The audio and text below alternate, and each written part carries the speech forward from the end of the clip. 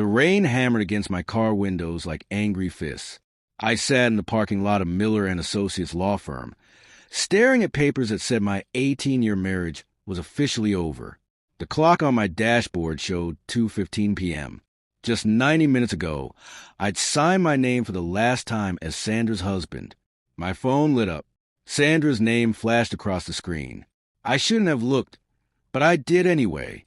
Enjoy living in that tiny apartment, Marcus. Derek Chin just bought me a diamond necklace. Cost more than you'll earn all year teaching history. By the way, we're turning your den into his trophy room.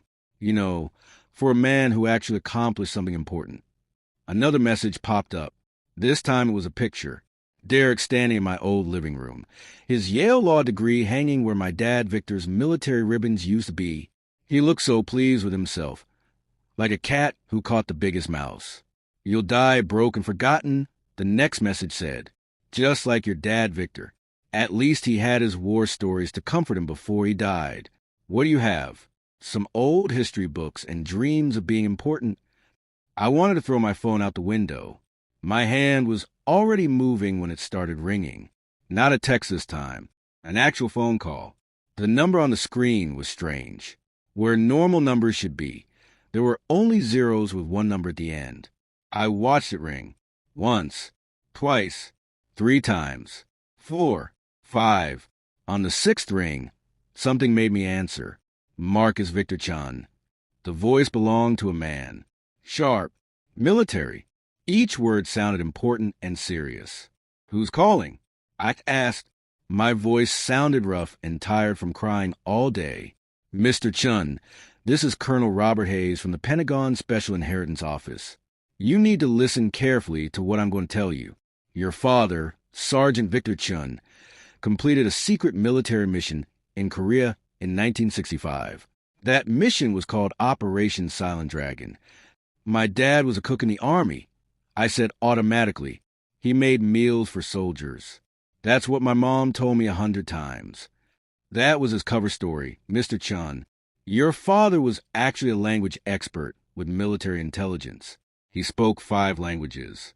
The mission he completed has been kept secret for exactly 60 years. At midnight yesterday, those secrets became unlocked. We can finally talk about it. I stood up slowly in my car. My legs felt wobbly like jelly. What are you talking about? Your father found something important during a mission in Korea. Something very valuable. That valuable thing has grown even more valuable over 60 years. He never took the money he earned because the mission was secret. That money, with all the extra money added over the years, is now worth about $156 million. My phone fell from my hand onto the car seat. I could hear the colonel's voice, small and far away, still talking. I grabbed it fast. That's impossible. My dad died in a care home. My mom and I had to sell our house just to pay for his room. Sergeant Victor Chun made a choice, Mr. Chun. He chose to stay quiet to protect you and your mother and his country. But he also made a plan. The money can only be given to his son, and only if certain things happen first. What things? You need to come to Washington right away. There's a plane leaving from LaGuardia Airport in 3 hours. A ticket is waiting with your name on it. First class, window seat 12A. Your father asked for that exact seat in his instructions. How did you know to call me today? Right after my divorce. There was a quiet pause. Your father's instructions were very clear, Mr. Chun. We were supposed to contact you on the day you lost everything. His exact words were, when my son has nothing left, give him everything I saved. He's been dead for 30 years. How could he possibly know this would happen? Victor Chun knew many things, Mr. Chun. He was excellent at seeing patterns and predicting the future. That's why the military needed him.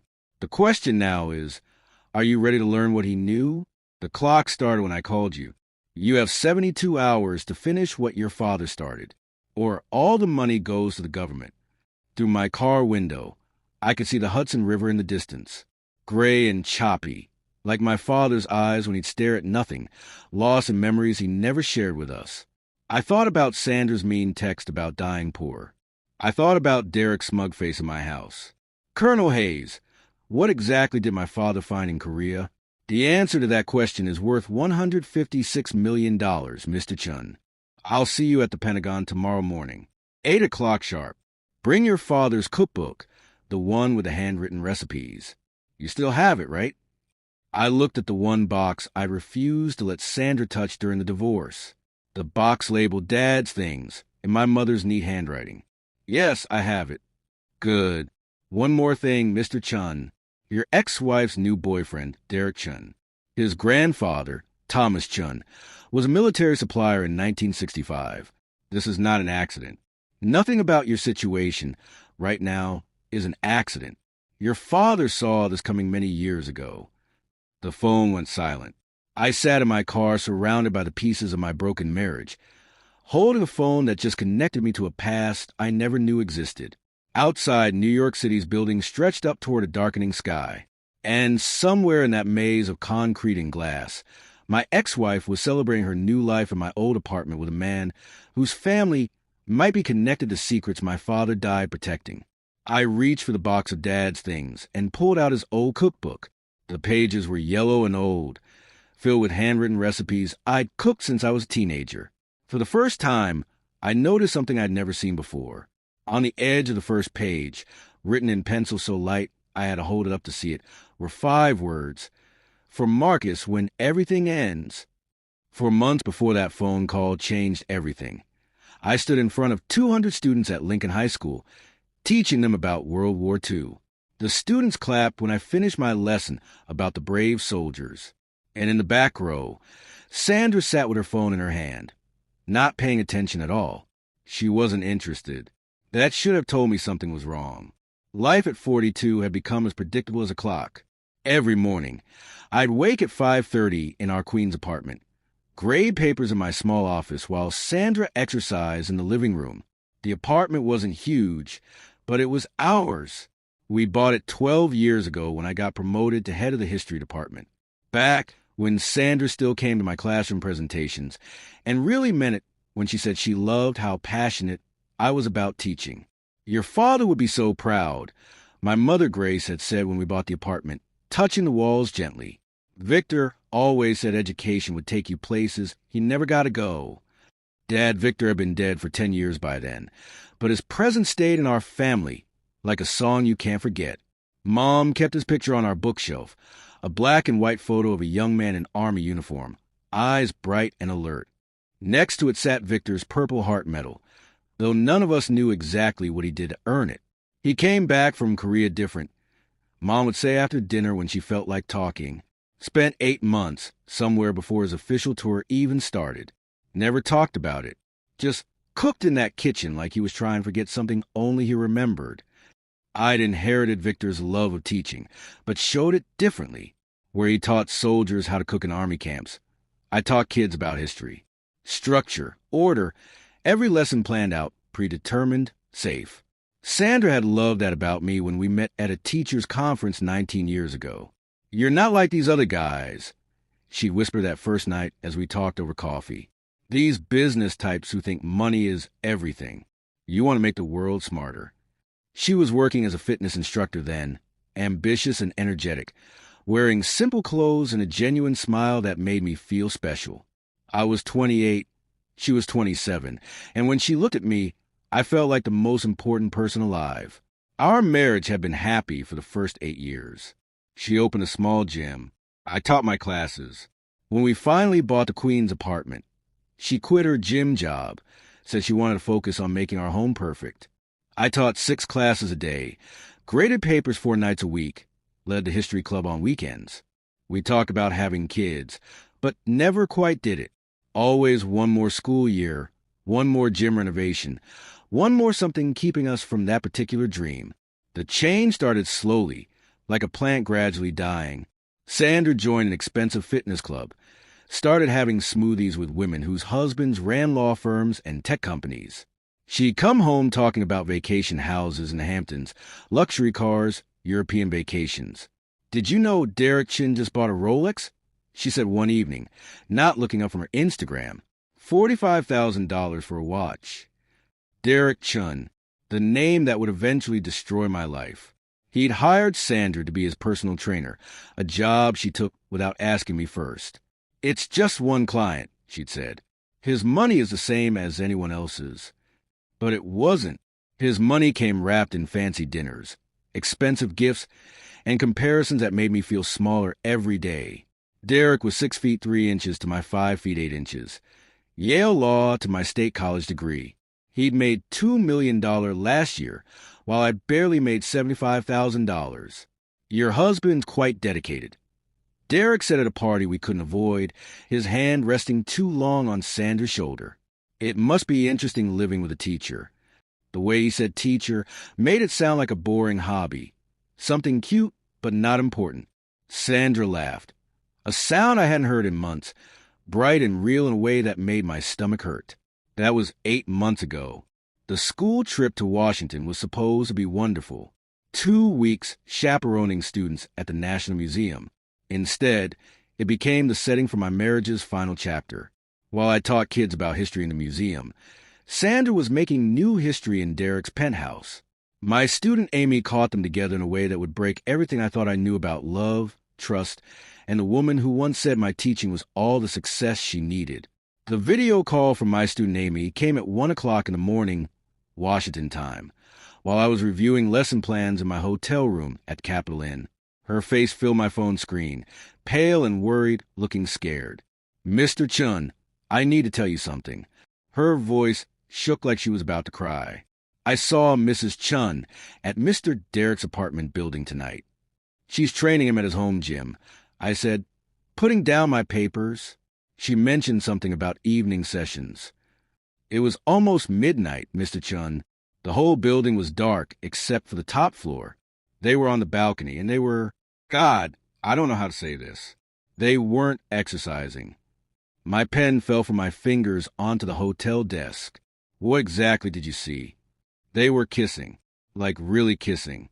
Her jacket was off, and his shirt was... It wasn't completely buttoned. I'm sorry. I'm so sorry. I took a video because I didn't think you'd believe me otherwise." The video arrived seconds later. Sandra pressed against the railing, Derek's arms around her waist, her jacket hanging off one shoulder, the city lights glittering behind him like fireworks celebrating my pain. The timestamp read 11:52 p.m. when she texted me. She was sleeping early because she was tired.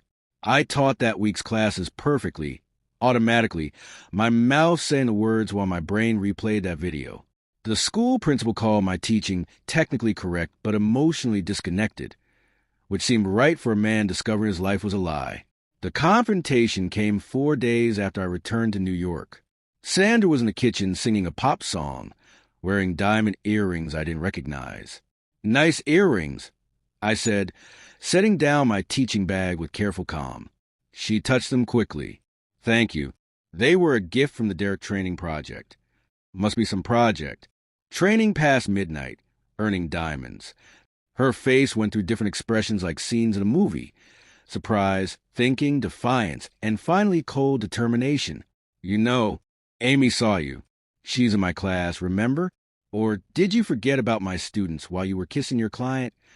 She put down her water bottle with steady hands. "I wasn't going to lie to you." "How kind of you. You wanted to say sorry? Fine. I'm sorry you found out this way, but I'm not sorry it happened." She stood up, fixing her hair with hands that used to hold mine after parent-teacher nights. "Do you know what it's like being married to someone who loves dead historical figures more than living people? You spend 6 hours a day with your students, Marcus. 6 hours. Derek spends that time building million-dollar cases. I'm a teacher. This is what I do. It's what you said you loved about me." I was 27. I thought passion for education meant passion for life. But you don't live, Marcus. You just lecture. Even our marriage became a classroom. The same lessons repeated endlessly. Derek shows me excitement. Last month, we flew to Paris for a weekend. For a weekend? When's the last time we went anywhere that wasn't for your work? So you threw away 18 years for Paris? No, I threw it away for someone who makes me feel important. You want to know the difference between you and Derek? When he walks into a room, people respect him. When you walk in, they might appreciate your knowledge, but nobody needs you. Nobody's world changes because Marcus Chin exists, except yours. My salary changed your life pretty dramatically. She laughed, bitter and sharp. Your salary? Marcus. Derek makes your annual salary in a month. That apartment you're so proud of? His bathroom is bigger. You're a relic. Teaching about relics to kids who'd rather be on their phones. The world moved on, and you're still standing in classrooms talking about people who've been dead for centuries. The divorce lawyer she'd hired was Derek's college roommate. Naturally, New York law favored the spouse who earned less, especially one who'd sacrificed her career for the marriage. The papers were filed before I'd even understood what was happening. She wanted the apartment, half the savings, support payments that would maintain her lifestyle. You'll keep your books, her lawyer said generously, and your car. Mrs. Chun is being very fair. My mother Grace cried when I told her. That woman never deserved you. Mom was more direct than usual. Victor lost everything too, you know. Came back from the war to find his girlfriend had married his best friend. He rebuilt from nothing and died with nothing. I reminded her. He died with honor, Mom corrected. Sometimes that's all a person can keep. The Pentagon building rose on the Virginia ground like a concrete fortress, its gray walls shining in the early morning sun. I'd taken a night plane from New York, my father's cookbook wrapped in a shirt in my backpack. Too important to trust the luggage. The taxi driver, a veteran himself, made a low whistle when I gave him the address. Pentagon at sunrise. You military? My father was. Sergeant Victor Chun. Must have been something special to get you a Pentagon call. If only he knew. I'd spent the flight reading and rereading Victor's cookbook, seeing patterns I'd never noticed before. The recipes weren't random. Each one was dated, and the dates matched military operations in Southeast Asia. But it was the edges of the pages that held secrets, tiny notes that looked like cooking temperatures but didn't match standard measurements. Colonel Robert Hayes met me at security, his uniform so crisp it looked brand new. He was younger than his voice suggested, maybe 55, with the kind of posture that made you stand up straighter. Mr. Chun, thank you for coming. His handshake was firm but quick. Before we go further, I need to verify your identity beyond your ID. Tell me about your father's cooking. He had a blue apron from 1968, cotton fabric with a small tear on the left pocket. He bought it from a yard sale in Brooklyn after the war. There was a coffee stain on the front from the previous owner. What did he call his Friday night dinners at the community center? I smiled despite everything. Food for the soul. He said cooking was the only language that never lied. Hayes nodded. Follow me. We went down 4 levels underground, passing through security gates that got more serious each time. Finally, we entered a room like a bank vault with no windows, just bright lights and a metal table holding several file boxes. Your father's real service record, Hayes said, opening the first box. What you're about to learn has been classified top secret. Even now, certain details must stay hidden. The photograph showed Victor, young and alert in Army uniform, standing with a group of men whose faces were covered with black ink. Behind them, the wreckage of what looked like a small plane. Operation Silent Dragon, March 1965. Your father's unit was sent into North Korea to investigate a crashed Chinese spy plane. Officially, there were no Chinese in that area. Officially, we weren't there either. What did they find? The plane was carrying an early computer system, a prototype for military codes. But that wasn't the real treasure. The pilot, Li Zhong, survived the crash. He was dying but awake. Your father spoke enough Mandarin to talk with him. Hayes pulled out a paper, heavily covered in black marks, but still readable in parts.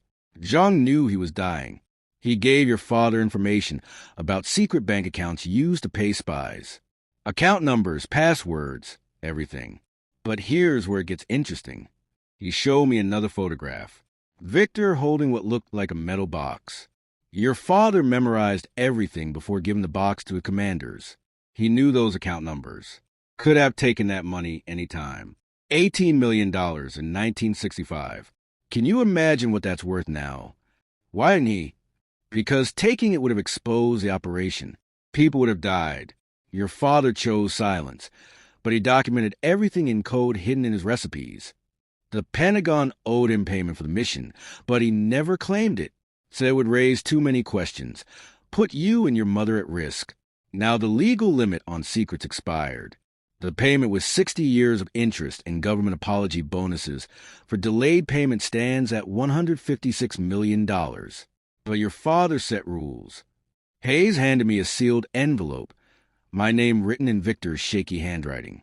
He left instructions that this could only be opened by his son, and only when that son had, quote, lost everything material and could gain everything essential. I opened it with shaking fingers. Inside, Victor's handwriting filled 4 pages.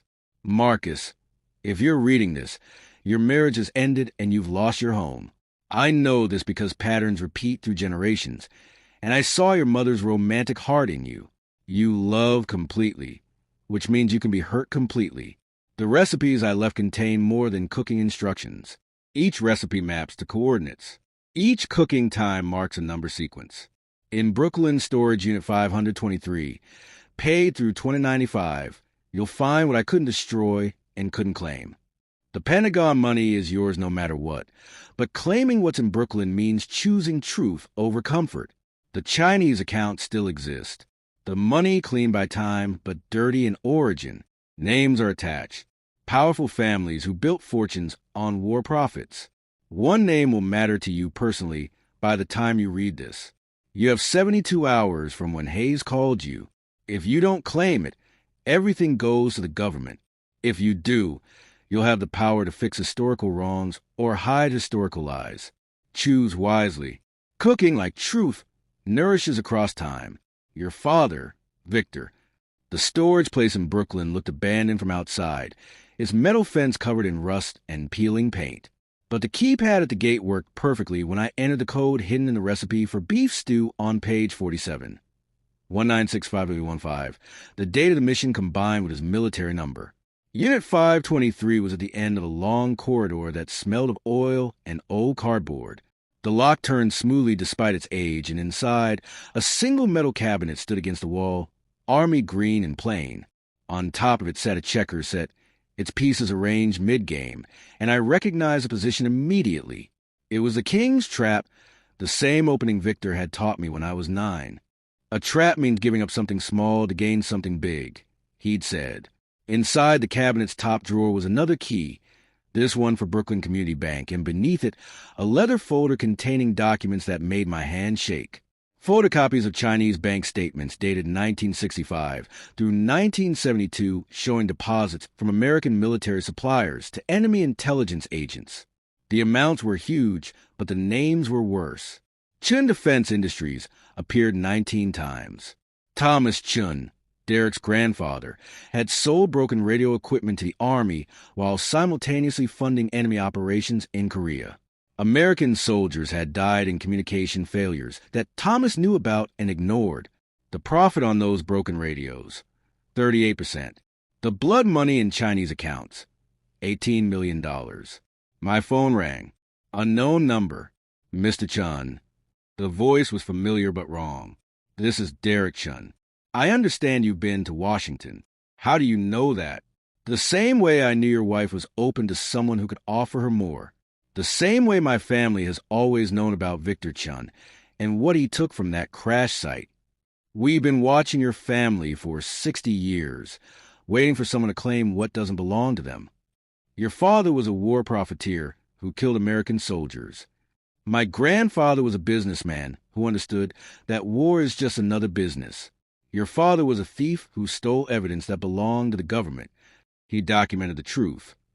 Truth is what powerful people decide it is, Chun. Here's my offer. Take the Pentagon money and disappear. Leave Brooklyn now. Leave those documents where they are, and you'll be rich enough to never think about Sandra or me again. Or continue down this path and discover what real loss looks like. You're threatening me. I'm offering you the same choice your father had, silence and safety or truth and consequences. He chose silence. Be smarter than he was. The line went dead. I stood in that storage unit holding evidence of crimes that had built one of America's big fortunes and made my decision. I called Jamie, my cousin the news reporter. Jamie, clear your schedule. I have the story that will make your career. The Brooklyn Community Bank vault opened with serious slowness. The safety deposit box was larger than I expected, and inside were the originals of everything in the storage unit, plus something more. Old cassette tapes labeled John Confession, and a second set of books showing where the Chinese money went after 1972. Derek's father had inherited the accounts. Then Derek himself in 2012. But Victor had left one more surprise. At the bottom of the box was a single recipe card, handwritten, titled Recipe for Justice. When I read the ingredients list, I realized it was a coded encryption of account passwords. My father hadn't just documented the crimes. He'd maintained access to the money. I spent the next 36 hours with Jamie and a team of financial investigators his newspaper brought in. The Chinese banks confirmed the accounts were real and active. The current balance across all accounts, $73 million. Clean money now, technically, but built on graves. We publish tomorrow, Jamie said. This will destroy Chin Defense Industries, and Sandra by extension. She's tied her future to Derek. You're having second thoughts. I thought about Victor choosing silence to protect his family. Then I thought about the names on those death lists. Young men who died because Thomas Chen chose profit over lives. No second thoughts. But we do this smart. We publish the historical documents first. Let the public connect the dots to the present. And the Chinese money doesn't go to me. It goes to a fund for families of soldiers who died in communication failures between 1965 and 1972. All of it. Every penny. I'll have the Pentagon payment. That's more than I ever dreamed of. The blood money goes back to the families it was stolen from. Jamie smiled. Your father would be proud. Maybe he'd think I was foolish for choosing truth over safety. What do you think he'd say? I looked at the recipe card one more time, at Victor's careful handwriting, his patient documentation of horrors he couldn't prevent but wouldn't forget. I think he'd say the recipe was worth cooking, even if the diners weren't ready to taste it. The New York Times ran Jamie's story on a Wednesday morning with the headline, Blood Money, How Defense Contractor Fraud Funded Enemy Operations in Korea. By lunch, Chin Defense Industries stock had dropped 45%. By market close, Derek Chin was facing federal investigation for inherited fraud and tax evasion on unreported Chinese accounts. I watched the news from my new office, a renovated brownstone in Brooklyn, where I'd established the Victor Chin Foundation for Military Families. The Pentagon money had arrived the previous week, all $156 million, clean and legal and mine. But I kept thinking about those communication failure reports, the faces of 20-year-old soldiers who never came home because someone decided their lives were worth less than profit margins. Sandra called 22 times that first day. I answered on the 23rd. Marcus, Derek's been arrested. The FBI took everything. The penthouse, the accounts, even my car because it was bought with what they're calling proceeds of criminal enterprise. I have nothing. You have what you chose. Please, I made a mistake. I see that now. Derek used me just like his grandfather used those soldiers. I'm staying with my sister in Newark, in her spare room. Me? In a spare room in Newark? Sandra, what do you want from me? I want to come home. That apartment isn't my home anymore. The bank took it after Derek's assets were frozen, and you couldn't make the payments. I bought it at auction last month. You bought our apartment? I bought an apartment. My cousin Lisa and her kids live there now. They lost their place to medical bills, and now they have somewhere safe to finish growing up. Seems like a better use of the space than Derek's trophy room. She was crying now, deep sobs that once would have broken me. What am I supposed to do? The same thing I did. Start over. The difference is you chose your ending. Mine was chosen for me. 8 months later, I stood in front of students at Lincoln High School again, teaching a new lesson I'd written called Recipe for Justice, the story Victor had lived but never told publicly. The students didn't know they were learning about coded Chinese bank passwords transformed into history. Tragedy transformed into education. My mother Grace sat in the back row, tears running down her face during the part about every soldier who died using Thomas Chen's broken equipment. The fund I'd established had already paid out $9 million to Gold Star families. Jamie won a journalism award for his investigation. Chun Defense Industries declared bankruptcy after the lawsuit started. Derek got 9 years in federal prison for tax evasion, the only charge they could make stick for inherited crimes. Sandra married her personal trainer 3 years later, a practical choice that probably suited her better than marrying for love ever had. My sister Rachel asked me once if I regretted any of it. Which part? Exposing Derek or losing Sandra? Both. Either. You could have taken it all and stayed quiet. Victor did. Victor didn't have a choice. The world wasn't ready to hear the truth in 1965. He kept those secrets like seeds, waiting for the right season to plant them. I just happened to be the gardener who inherited his garden. The real inheritance wasn't the money, though that changed everything in practical ways. It was understanding that Victor's silence hadn't been weakness, but strategy. He'd played a longer game than anyone realized, setting up the board so that 60 years later, his son could make the moves he couldn't. I still live simply, a 3-bedroom townhouse walking distance from the school. I still teach 6 classes a day, but now I also give free history lessons to veterans' kids every Saturday.